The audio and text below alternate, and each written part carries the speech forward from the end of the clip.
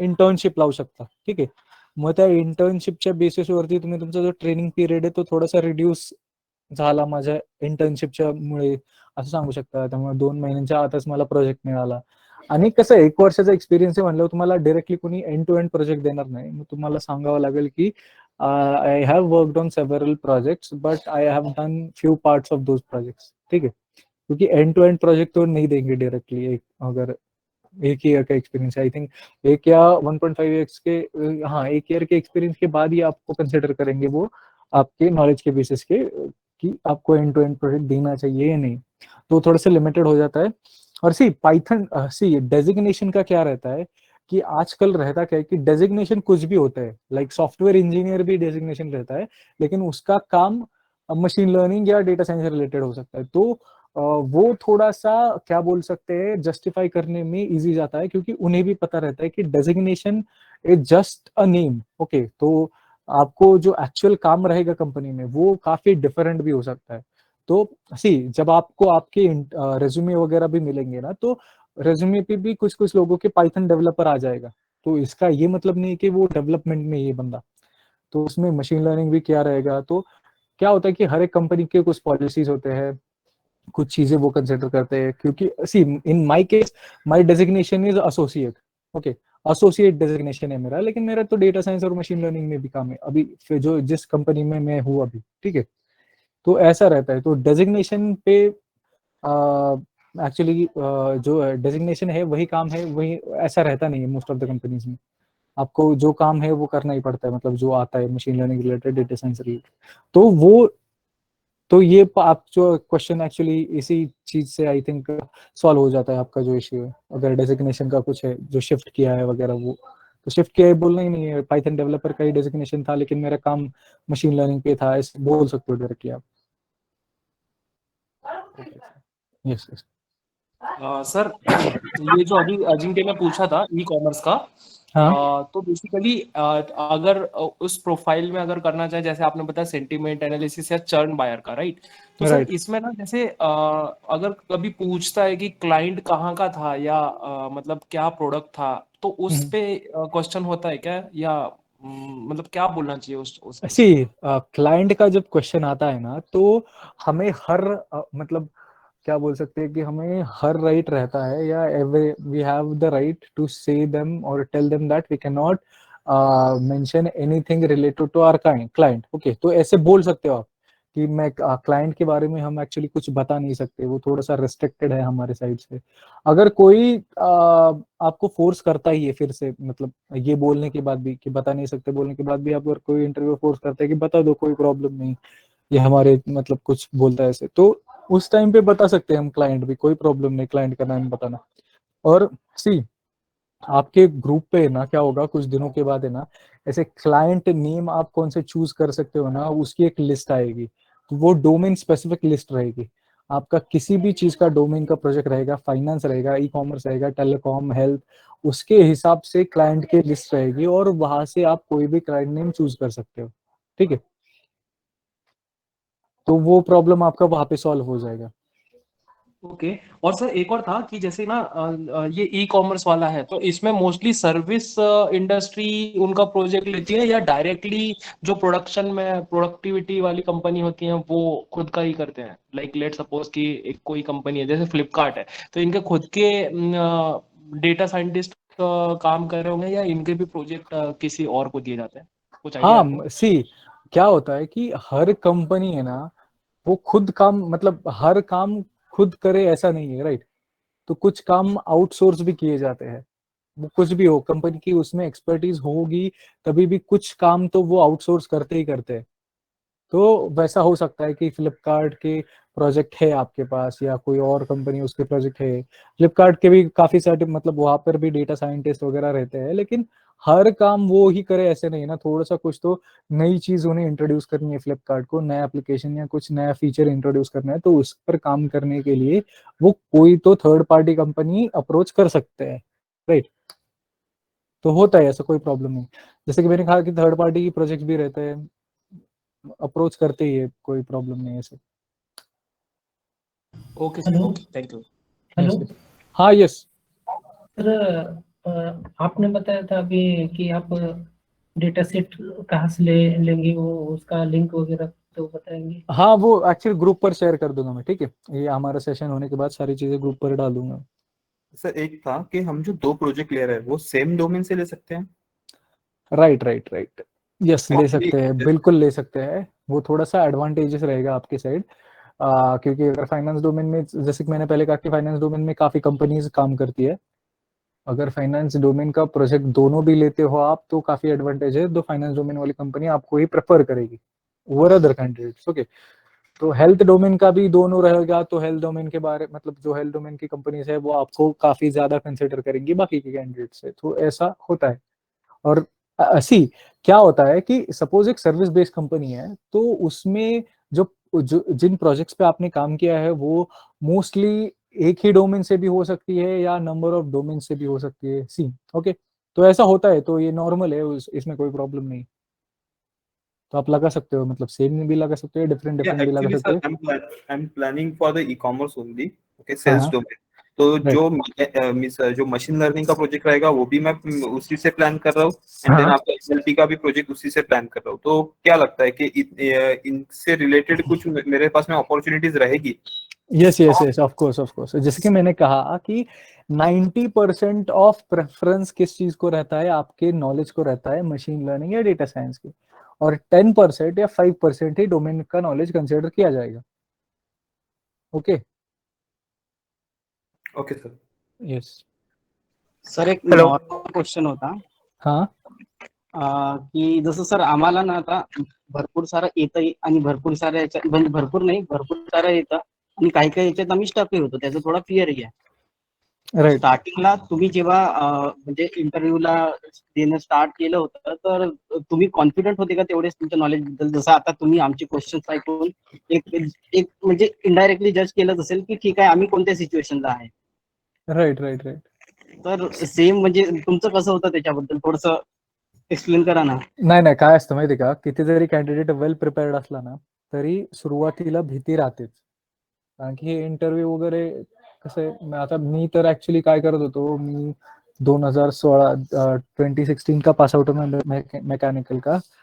उसके बाद 2.5 years का एक्चुअली मैकेनिकल का ही एक्सपीरियंस है ऑटोमेशन इंडस्ट्री का।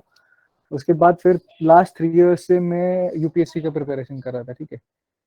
तो ये टेक्निकल टेक्निकल चीजों से मैं काफी दूर था, मतलब दूर दूर तक कुछ, मतलब टेक्निकलिटी से मुझे, मेरा कोई संबंध ही नहीं था। तो ये थोड़ा सा डर रहता है अगर कोई दूसरा भी कैंडिडेट है तो भी इंटरव्यूज के लिए। तो जब हम वो टैकल करते हैं ना, एक्चुअल में फेस करते हैं, तभी बहुत सारी चीजें क्लियर हो जाती है हमें, ठीक है। क्योंकि वो इंटरव्यूअर भी कुछ कुछ रहते हैं ना, वो भी काफी कंफर्टेबल करने की कोशिश करते हैं हमें। तो कुछ कुछ इंटरव्यूअर्स तो काफी, मतलब ऐसे एकदम एक आध दो ही केस रहेंगी कि वो खुद ही हिंदी में बात करना शुरू कर देते हैं एकदम फ्रेंडली। तो वैसे ही होंगे, तो वो ऐसा भी होता है। और काफी, मतलब कुछ लोग तो बहुत डेंजर डेंजर भी होते हैं वो काफी घुमाएंगे आपको आपके नॉलेज पे बेसिस पे। तो थोड़ा सा फर्म भी रहना पड़ता है हमें, जो भी चीजें हम बोल रहे हैं खुद पर बिलीफ रखना रहता है, क्योंकि वो हमें थोड़ा सा क्रॉस क्वेश्चनिंग करेंगे। उस क्रॉस क्वेश्चनिंग से हमें गलत साबित करने की कोशिश करेंगे, तो हमें सिर्फ हमारे आंसर पे, मतलब गलत भी रहेगा तो चलेगा, लेकिन कॉन्फिडेंट रहना है। तो यही एक एक्चुअली एक एडवाइस मैं क्या देना चाहूंगा कि एट टाइम्स आप ओवर कॉन्फिडेंट रहिए, ठीक है। ओवर कॉन्फिडेंट रहना कभी भी अच्छा है लेस कॉन्फिडेंट या अंडर कॉन्फिडेंट रहने से, ठीक है। कुछ भी हो जाए, थोड़ा सा ओवर कॉन्फिडेंट रहो, कोई प्रॉब्लम नहीं आता। गिर भी गए तो फिर से उठ जाएंगे, कोई मतलब ऐसे तो कोई मतलब ऐसे नहीं है ना। तो थोड़ा सा कॉन्फिडेंट रखिए खुद पे और खुद के नॉलेज पे, सारी चीजें ठीक से हो जाएंगी। थोड़ा डर रहना अंडरस्टैंडेबल है, नॉर्मल भी है, उससे हमारी सीरियसनेस कितनी है वो रिफ्लेक्ट करती है, राइट। तो खुद के कम्युनिकेशन स्किल्स पे ज्यादा कंसंट्रेट करो, आप कैसे कन्वे कर रहे हो ये सारी चीजें, और कैसे मतलब रिफ्लेक्ट कर रहे हो आपके इंटरव्यू में, वो काफी इंपॉर्टेंट है, ठीक है। Communication skills are very very important. तो जितना प्रैक्टिस कर सकते हो ना आप आंसर्स का मॉक ग्रुप्स में या खुद से, वो इम्पोर्टेंट है, क्योंकि आपको एक्चुअल में डिलीवर करना है, ठीक है, वहां पे इंटरव्यू में। तो जितनी ज्यादा प्रैक्टिस होगी उतना ज्यादा डिलीवरी अच्छी रहेगी, राइट। तो यही एक्चुअली बोल सकता हूँ मैं इस बारे में। हाँ yes Tripti. Okay sir. Yes okay sir ये जो अपनी कंपनी के ऑलरेडी रिज्यूम में मेंशन किया है, ऑलरेडी मैंने डेमो जो दिया ना सर हाँ। लोगों ने, तो सर उसमें ऑलरेडी मेरा फाइनेंस डोमेन दिया है उन्होंने। तो ये जो क्लाइंट का जो नेम है, जो क्लाइंट का नेम है, तो वो तो प्रोवाइड करेगा ना वेलोसिटी वाले? हाँ राइट राइट राइट। तो क्लाइंट का नाम हमें कभी एक्चुअली रेज्यूमे वगैरह पे मेंशन नहीं करते हम कभी भी। वो सिर्फ हमें कभी पूछा तो पहले तो बोलना है कि हम नहीं रिवील कर सकते, सेकेंडली अगर फोर्स करता है तो बता देना है। ठीक है, तो ऐसे फ्लो रखना है उस चीज का, क्लाइंट का नेम का। Okay sir sir. आपण आपको आपके रेज्यूमे में मिल गए क्या? Yes resume sir. Yes sir बना के दिए सर ने। Okay okay fine fine fine no sir problem. वही क्वेश्चन था कि जैसे कोई कंपनी विद डेजिग्नेशन नेम मिला है रिज्यूम पे, हाँ तो कंपनी का नेम वहाँ मेंशन करना है क्या? Means बस डेजिग्नेशन करना है? जैसे वो तो थर्ड पार्टी कंपनी रहेंगी ना, राइट राइट राइट। तो वो कंपनी का नेम रिज्यूम पे मेंशन करना है? नहीं नहीं, क्या होता है जैसे आपका रिज्यूमे बना हुआ है ना वैसे ही रखना है मोस्ट ऑफ द चीजें। आपको सिर्फ चेंज क्या करना रहता है, आपका प्रोजेक्ट के टॉपिक का रहेगा या कुछ प्रोजेक्ट एक्सप्लेनेशन जो हम थोड़ा सा मेंशन करते हैं डिस्क्रिप्शन, वो सारी चीजें सिर्फ आपको चेंज करनी है, बाकी किसी चीज को हाथ नहीं लगाना है। जैसे कि जो कंपनी थर्ड पार्टी है, सपोज एमडॉक्स है आपकी रिज्यूमे पर, तो उसको वैसे ही रखना है। और जो थर्ड पार्टी दूसरी कंपनी है जो हम अब बोलेंगे उनको कि मतलब ऐसे डायरेक्टली तो नहीं बोलते, जब भी पूछेंगे वो तभी, तो उसका भी नाम एक्चुअली सिर्फ हमारे पास रखना है, जब पूछे तभी बताना है। राइट। Okay okay. सर म्हणजे आपण जे रिझ्यूम वर कंपनी मेन्शन केलेली ती आपली जॉईनिंग केलेली कंपनी की क्लायंट कंपनी, म्हणजे काय आहे ते थोडंसं एक्सप्लेन यस करा ना यस त्यांनी. तेच नाही, विचारायचं. आता सपोज ह्युटेल सॉफ्टवेअर सर्व्हिसेस नावाची वेलॉसिटीची थर्ड पार्टी कंपनी, राईट, तर त्या कंपनीच्या पेरोल वरती तुम्ही एमडॉक्स मध्ये म्हणजेच क्लायंट साइडला वर्क करत होतात, हे असं असतं. राईट. हे माझ्या केसमध्ये होतं की कंपनी म्हणजे मी एमडॉक्स मध्ये काम करत होतो, पण मी पेरोल वरती कुणाच्या होतो, ह्युटेल सॉफ्टवेअर सर्व्हिसेसच्या. राईट.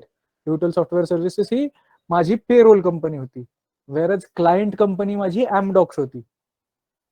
म्हणजे ही पेरोल हा. कंपनीचं नाव सांगायचं का? नाही नाही, हे काय असतं माहिती का, रिक्रुटर्स वगैरे तुम्हाला काय विचारतात आलं की तुम्ही कोणत्या कंपनीत कामाला आहे, तुमचं काय ते नोटीस पिरियड काय आहे, तेव्हा तुम्हाला सांगायचं असतं की वन मंथचा ऑफिशियल नोटीस पिरियड आहे, but we can manage it up to 15 days or less.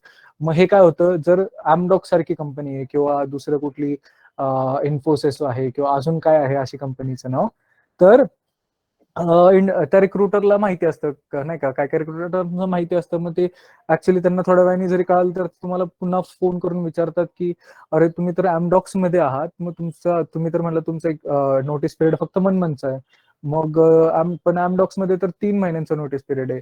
मग ह्या सिच्युएशनला आपल्याला त्यांना क्लिअर करायचं असतं की see I am working actually Amdocs is just my client company. I'm working on a third party payroll of Hutel software services. तो अशा situation मध्ये जेव्हा तुम्हाला वेळ येते सांगायची तेव्हा सांगायचं, स्वतःहून असं मेन्शन नाही करायचं की थर्ड पार्टी पेरोल वरती वगैरे. राईट. आय थिंक ह्या एक्झाम्पल वरून थोडंसं क्लिअर झालं असेल. राईट सिद्धेश?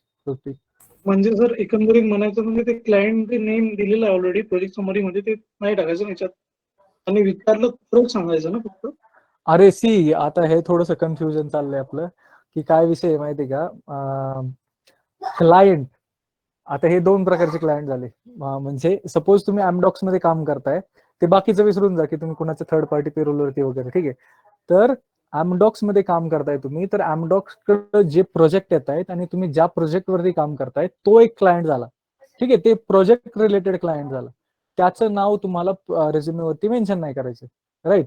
त्याचं तुम्ही फक्त नाव प्रिपेअर करून ठेवाल, आणि जेव्हा तुम्हाला तुमच्या क्लायंटचं नाव, प्रोजेक्टचा क्लायंट म्हणजे कोणत्या कंपनीकडून तुमच्याकडे प्रोजेक्ट आला, तुम्ही एमडॉक्स मध्ये काम करताय पण तुमच्याकडे कोणती तरी बाहेरची ब्रेक्स वगैरे इंटरनॅशनल वगैरे असे काहीतरी कंपनी, त्यांचा तुमच्याकडे प्रोजेक्ट आला आणि त्या प्रोजेक्टवरती तुम्ही काम करताय, मग तो तुमचा प्रोजेक्ट क्लायंट झाला.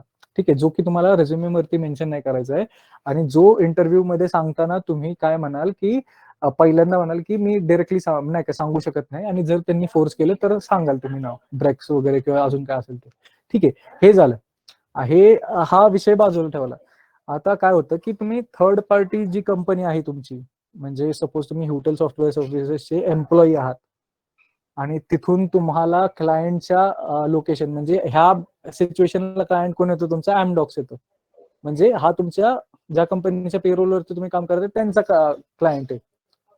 मग हीच कंपनी आपल्याला आपल्या रेझ्युमेवरती दाखवायची असते, जसं की एमडॉक्स झाली. राईट. हे थोडंसं कन्फ्युज केलं मी का थोडंसं झालं क्लिअर गोष्टी? सर एक सांगा ना फक्त, आता सपोज मी TCS मध्ये काम करतोय, मला TCS कंपनीने ऑफर लेटर दिली, मी जॉईन केलंय, पण मी ही TCS कंपनी रिझ्यूम मध्ये नाही ना मेन्शन केलेली. रिझ्यूम मध्ये मेन्शन केली ती सपोज मी इन्फोसिस आहे नाव टाकलेलं आणि जो रोल आहे तो, म्हणजे मी इन्फोसिस कंपनीचे प्रोजेक्ट करतोय पण जॉईनिंग माझं TCS मध्ये, असंच का म्हणायचं? Right right right right. म्हणजे तुम्ही एम्प्लॉई आहात TCSचे, राईट, TCS ना, आणि तुम्ही प्रोजेक्ट करताय म्हणजे तुम्हाला फक्त इन्फोसिस साठी काम करावं लागतं, इन्फोसिसच्या प्रोजेक्टसाठी, कारण की त्यांनी इन्फोसिसने तुमच्या कंपनीला अप्रोच केलेलं आहे. अच्छा, आणि जर त्यांनी विचारलं तुम्ही तर इन्फोसिस मेन्शन केलंय पण तुमचं, मग त्यांना त्यावेळेस सांगायचं का मी इन्फोसिसचे फक्त प्रोजेक्ट करतोय आणि TCS मध्ये मी जॉईन आहे, असं सांगायचं का? असं मग तेच सांगायचं ना, हे Infosys is a client company and I am working on a payroll of this hotel software services और TCS. ओके ओके, ठीक हा. आहे. सर हे software engineer with respect to Python and ML इंजिनियरचं काही रिस्पॉन्सिबिलिटीज माहिती आहे तर सांगा ना. अच्छा, रिस्पॉन्सिबिलिटीज, राईट. हा, म्हणजे तर हे रोल्स अँड रिस्पॉन्सिबिलिटीजचा क्वेश्चन टॅकल कसा करायचा, राईट? येस येस सर, तेच तर काय असतं ह्या सिच्युएशनला, काय सांगता येतं की you can say that we had our sprints on 12 days 12 days basis, like every sprint was of 12 days, so we used to get tasks on 12 days basis only. So we used to divide those tasks in 12 days. So sometimes we used to get some tasks on EDAs, sometime on deployment, or deployment जर कोणाला सांगायचं असेल तरच API डेव्हलपमेंटचे task असायचे कधी कधी, मग ते आम्ही कम्प्लीट करायचो. मग हे असं सांगू शकता की तुम्ही डिफरंट टास्क मेन्शन करू शकता की जे आम्हाला प्रत्येक स्प्रिंट्सनी यायचे, मग ते प्रत्येक स्प्रिंट मध्ये आम्हाला ते कम्प्लीट करायला लागायचं. काय काय वेळेस थोडंसं डिले व्हायचा, मग थोडंसं एक्सटेंड व्हायचे डेज जे काय आहे ते. मग हेच डे टू डे रिस्पॉन्सिबिलिटीज तुम्ही सांगू शकता की डायरेक्टली लीड थ्रू आम्हाला टास्क यायचे, आमचे जे काय असायचे 12 days बेसिसवरती, मग तेच टास्क आम्ही डेली बेसिसवरती कम्प्लीट करायचे प्रयत्न करायचे. मग टास्क कसे असू शकतात, टास्क असू शकतात तुमचं कधी कधी API डेव्हलपमेंट असेल, किंवा SQL वरती टास्क असतील, किंवा मग मशीन लर्निंगचे काही टास्क असतील, पायथन कोडिंगचे काही टास्क असतील. ठीक आहे, मग हे असं तुम्ही सांगू शकता की रोल्स अँड रिस्पॉन्सिबिलिटीज मध्ये. सर रिपीट करता का, कारण माझा नेटवर्कचा इश्यू होता. सॉरी सर, बट अच्छा, ओके. तर सी काय असतं रोल्स अँड रिस्पॉन्सिबिलिटीज म्हणजे काय, तर you can say that from our team leader we use to get our task. Okay, we had our sprints on 12-day basis. Okay, we used to get our tasks on every 12 days. So our day-to-day responsibility was to complete those tasks only. So the kind of tasks we used to get were like sometimes we used to get something related to API development, something related to Python coding, something related to EDA part, something related to feature engineering part, something related to SQL. ओके, तो ये सारी चीजें आप mention कर सकते हो as your day to day task. Okay, अगर इस टाइप से क्वेश्चन आता है तो. Okay sir, okay, right. Yes. Sir आणि आपण 2-3 प्रोजेक्ट जे मेन्शन करत आहे रेझ्युमेवर, तर फॉर एक्झाम्पल TCS कंपनीची जी क्लायंट कंपनी आहे, तर त्याच कंपनीचे आपल्याला 2-3 प्रोजेक्ट भेटले, असंच बोलायचं ना? याच्यावर राईट. काही क्वेश्चन होणार का? नाही, असं ह्या इतक्या डिटेल्स मध्ये कोण क्वेश्चन करत नाही, म्हणजे ओके. जे क्लायंट आहे वगैरे ह्या गोष्टींमध्ये, कारण की त्यांना जास्त करून तुमचं जे थेरॉटिकल नॉलेज किंवा जे प्रॅक्टिकल नॉलेज आहे ते गेज करायचं असतं, राईट. त्यामुळे हे असे जास्त हे करता येणार नाही, नाही का, असे क्वेश्चन्स येणार नाही तुम्हाला. पण हे झालं ऍक्च्युली, हे काय माहिती का, हे टेक्निकल जे राऊंड असतात ना, तिथं तुम्हाला असा क्वेश्चन कोणी विचारणार नाही, राईट. HR मध्ये. हा, राईट, HR राऊंडला येतील, आणि HR राऊंडला मग तुम्ही सांगू शकता की असं असं होतं की आम्ही थर्ड पार्टी पेरोलवरती होतो हॉटेलच्या, मग आमचे जे काही प्रोजेक्ट काय त्याला म्हणतात, एमडॉक्सचे जे काही प्रोजेक्ट येतील आमच्या, नाही का, एमडॉक्सचे जे काही प्रोजेक्ट असतील त्यावरतीच आम्ही काम करायचो, म्हणजे एमडॉक्सच्या क्लायंट सोबत. Okay. Right. Thank you. Hello sir. Sir नाही का आतापर्यंत आम्ही ऐकलं की प्रत्येक म्हणजे आता समजा डेटा गॅदरिंगसाठी कुठं AWS साठी वेगवेगळी टीम होती, पण एक्झॅक्टली आम्हाला हेच माहित नाही की त्या टीम मध्ये नेमकं कोणते डेसिग्नेशनवर काम करणारे म्हणजे इंजिनियर्स असतात, ते राईट थोडं राईट सांगा ना. ओके. म्हणजे किती प्रकारचे डेसिग्नेशन राहतात राईट राईट राईट तर कसं टीममध्ये? असतं माहितीये का, हे कशावरती डिपेंड असतं, असं काही स्पेसिफिक किंवा स्टँडर्ड फॉर्मॅट नसतो. जशी गरज भासते ना तसे तसे इन्क्लूड केले जातात टीम मेंबर्स. सपोज एखाद्या डिप्लॉयमेंट वरती काम आहे तर ते मग डिप्लॉयमेंटचे जे कसं असतं, भरपूर लोक असतात एका डिपार्टमेंटला, मग ते प्रोजेक्ट वाईज इकडं तिकडं नाही का करत असतात, नाही का, ते तुमचा जो प्रोजेक्ट मॅनेजर असतो तो रिक्वायरमेंट नुसार तुमच्या टीम्स बनवत असतो. राईट. किंवा जो रिक्वायरमेंट आहे प्रोजेक्टची त्या बेसिसवरती, सपोज एक प्रोजेक्ट आहे तर तुम्हाला end to end project complete करायचे, मग त्या प्रोजेक्टमध्ये तुमचे डेव्हऑप्स इंजिनियर्स असतील. डेव्हऑप्स इंजिनियर्स कशासाठी, तर डेव्हऑप्स इंजिनियर्स असतील तुमचे डिप्लॉयमेंटसाठी. ठीक आहे. त्यानंतर तुमच्या सिक्वल साठी किंवा तुमचं जे डेटा गॅदरिंगचा पार्ट आहे, म्हणजे जो वेब स्क्रॅपिंग झाला किंवा जे जास्त सिक्वल रिलेटेड काम आहे त्यासाठी डेटा इंजिनियर्स असतील. राईट.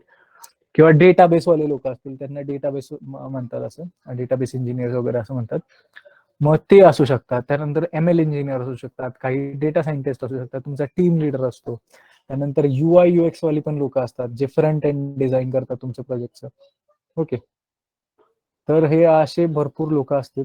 असे असिस्टंट मॅनेजर असेल, UI UX वाले असतात बऱ्यापैकी प्रत्येक प्रोजेक्टच्या टीम मध्ये. तर हे असं ओव्हरऑल राहते टीम. ठीक आहे. एखादा जावा स्क्रिप्ट वाला असू शकतो, किंवा हे सगळं कसं आहे की बेस्ड असतं तुमच्या प्रोजेक्टवरती की कशी रिक्वायरमेंट आहे, मग काय ते नॉर्मली तुम्ही सांगाल डेटा इंजिनियर्स होते, डेव्हऑप्स इंजिनियर्स होते, UI UX वाले होते, बस एवढंच सांगा. आणि जे ML इंजिनियर्स वगैरे काय असतील बाकीचे. ठीक आहे ना सिद्धेश? हा ठीक आहे. म्हणजे सर कसं माहितीये का, सर आम्ही आम्हाला सांगितलं डेटा इंजिनियर, पण जो आम्ही तेच सांगायचं ML इंजिनियर डेटा ऍक्सेस करत होता, म्हणजे असं काही होऊ नये त्याच्यामुळे नाही नाही का? सी कसं असतं माहिती का, हे कंपनी वाईज डिफर करतं. तुमच्याकडे जर स्पेसिफिक लोक असतील तर तुम्ही ते युज कराल, आणि नसतील तर मग ML इंजिनियरला सगळंच काम करावं लागतं. ते डिप्लॉयमेंट बी करू शकतो तो काय वेळेस तो UI UX मध्ये नाही जाणार, UI UX कम्प्लिटली डिफरंट आहे, पण तो डेटा गॅदरिंगचं पार्टी करू शकतो. राईट. जर नसेलच माणूस तर झालं ना, तोच करू शकतो. मग असं काही हार्ड अँड फास्ट रूल नाहीये की तुमच्याकडे माणूस असेल स्पेसिफिक किंवा नाही. ते डिपेंड करतं कंपनीवरती, म्हणजे सिच्युएशन वरती. पण किती जरी मोठी कंपनी असेल, एखादा माणूस अवेलेबल नसेल, किंवा तो सुट्टीवरती असेल, किंवा तो आजारीच पडला असेल, किंवा तो नोटीस पिरियडवर असेल, एक नवीन एम्प्लॉई तुम्हाला घ्यायचा आहे नाही का, म्हणजे तुमचं भरायचं, एक इन्क्लूड करायचं चाललंय पण अजून झालेलं नाही, मग ते काम तुम्हालाच करावं लागतं तेव्हा. ठीक आहे. मग त्यामुळे काही प्रॉब्लेम नाही. काही वेळी बोललात ना, तसे सिच्युएशन्स असतात, नंबर ऑफ सिच्युएशन्स, आणि प्रत्येक केस असते, प्रत्येक प्रकारचे केसेस असते. त्यामुळे म्हणजे जे काय बोलाल ते कॉन्फिडंटली बोलून टाकायचं, ते खरं असू नाही, खोटं असू, काही असू.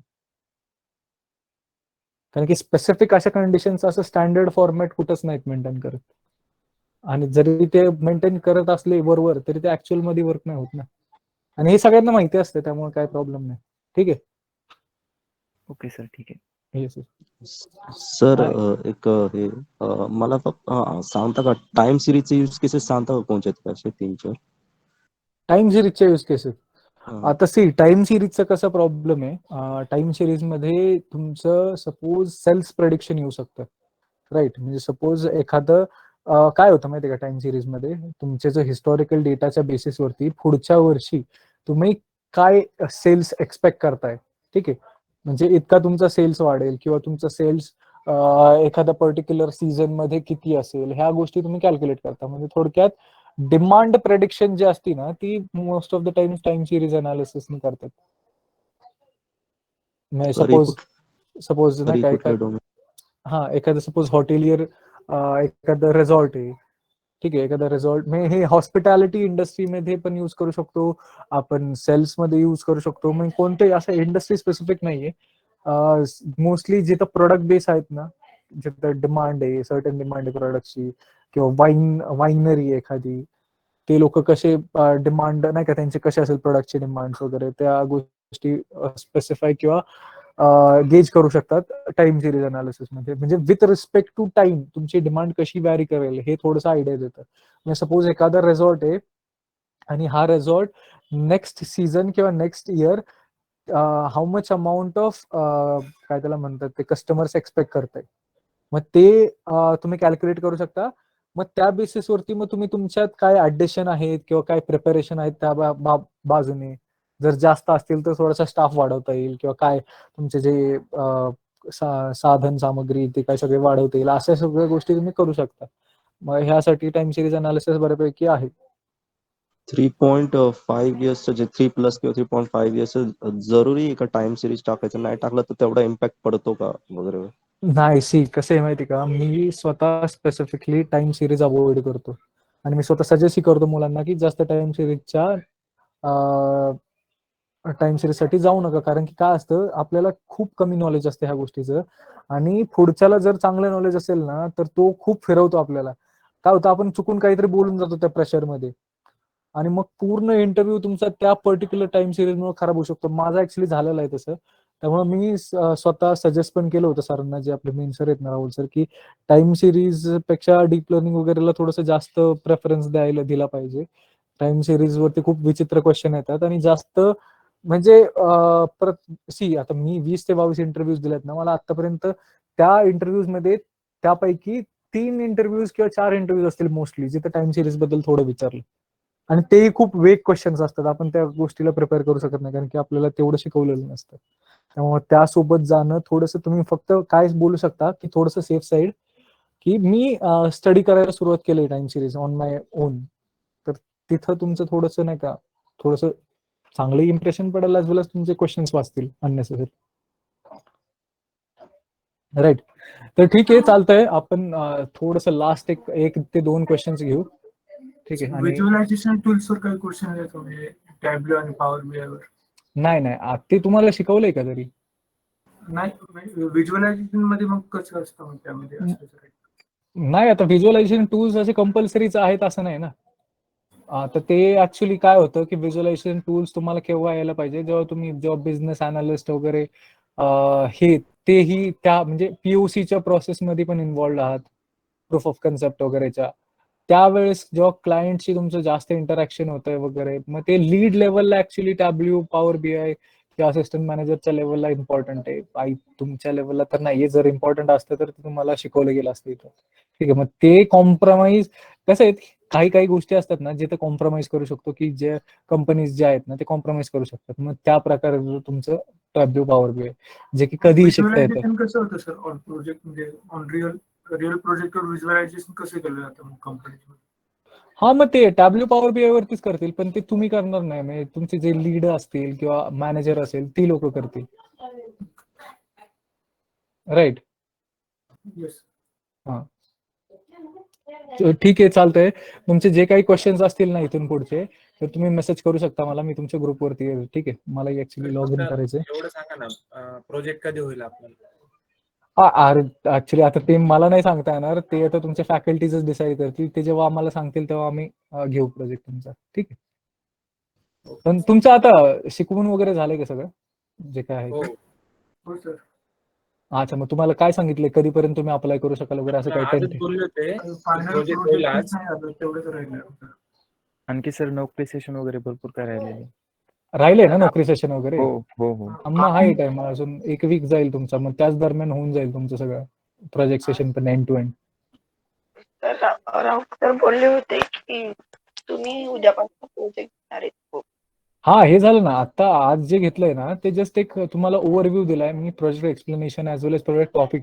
म्हणजे तुमच्या एंडने तुम्ही गोष्टी चालू करू शकाल, राईट, तुमचा प्रोजेक्ट बिल्ड करायला. आणि मग त्या प्रोजेक्ट होऊन गेला ना तर आम्हाला आयडिया येऊन जाईल ना आमच्या प्रोजेक्टच्या. हा, ते बरोबर आहे. तुम्ही घेणार आहे एंड टू एंड प्रोजेक्ट? हा, मीच घेणार आहे. मग तेच सांगतोय मी तुम्हाला की हा म्हणजे ते स्टेजेस मध्ये डिवाइडेड आहे. ठीक आहे. पहिलं सेशन तुमचं असेल की तुम्हाला ओव्हरव्ह्यू दिला जाईल, तुमचे जे डाऊट्स आहेत किंवा तुमचा जो प्रोजेक्ट सिलेक्ट करण्याचे किंवा प्रोजेक्ट एक्सप्लेनेशन प्रिपेअर करण्याचं ते सगळं क्लिअर केलं जाईल. आणि त्याची पुढची स्टेज आहे तुमचं end to end explanation, right. मग ते होईल तुमचं ह्या काही दिवसात. ठीक आहे. आणि बाकी प्रोजेक्ट सिलेक्शन वगैरे किंवा तुमचे टॉपिक सिलेक्शन असेल किंवा काय असेल त्या रिलेटेड किंवा काही टॉपिक्स असतील ना किंवा डाऊट्स असतील तर तुम्ही मला मेसेज करू शकता. ठीक आहे, व्हॉट्सअपला आम्ही आहे तुमच्या ग्रुपवरतीच. सॉरी. आणि मी तुम्हाला लिंक्स आणि प्रोजेक्ट टॉपिक शेअर करतो तुमच्या ग्रुपवरती. ठीक आहे, जे काय प्रिपेअर केलेले आहेत मी तुमच्यासाठी डोमेन स्पेसिफिक वगैरे. चालेल, ठीक आहे, आपण संपू हा सेशन. ठीक आहे, चला, thank you for your time. Have a good day. Thank you so much sir. Thank you sir. Yes.